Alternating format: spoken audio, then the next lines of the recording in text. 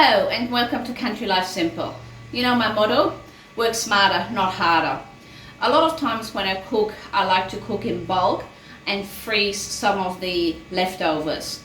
I prefer to freeze mainly the meat products because, cooking some rice or cooking some pasta or potatoes or something like that is relatively quick and easy. So one of the things I do cook up in bulk all the time is mince. And there was a special on pork and beef mince, which is basically Bolognese mince. It's a mixture of pork and beef. So I bought some of these. Normally I even buy more. Normally I buy the big 2 kilo beef mince and then I buy another 2 kilos of pork mince. So I've got 4 kilos of mince. And then I add my vegetables. So here I've got carrots, I've got onion, and I've got zucchini. Salt and pepper and some spices. And I cook this all up in my big cast iron pot, and once it has cooled down I portion it off into small 500 gram servings, and I vacuum seal those as well. So they're really good for a quick and easy dinner, a quick bolognese, a quick lasagna, a quick mince pie. Like so many times when I have come home from work late and hubby's like, oh, what's for dinner? It's like, oh god, I'll just defrost some of the mince and add some red beans and corn, and we have nachos or tortillas or something like that, a chili con carne. It is just so versatile, and obviously mince is quite cheap as well. So today I'll show you how I do this. So as I said, I've got my vegetables here. I already peeled them. I'm going to just chuck them in the Thermomix and chop them up so I don't have to do it. And then I fry them in the pot. So here I've got my carrot, onion and my zucchini. I normally don't add anything else because depending on what I'm going to make, I add later on. Let's add something to it. Like I was saying, if I make a chili con carne, I add chilies and red beans and corn.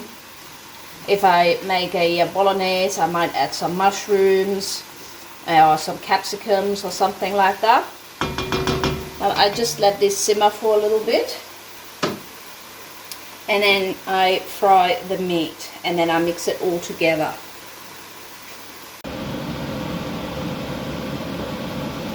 Alright, so I have browned the meat bit by bit and now added it all together. You want to make sure you do it in stages, otherwise you're just going to stew it rather than fry it.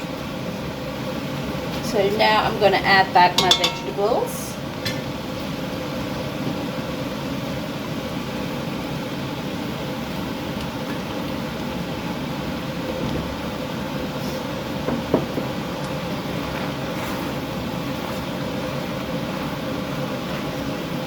Oh, that smells good already.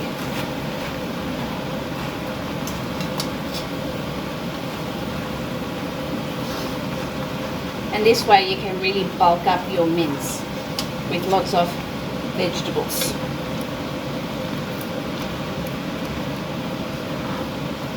But of course, what else are we missing? I'm wearing a white shirt.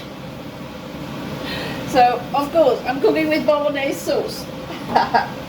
So I'm gonna get Muti's diced tomatoes, and I've got 4 jars here, 4 cans.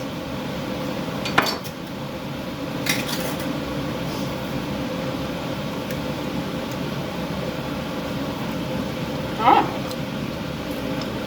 And now we mix this all up.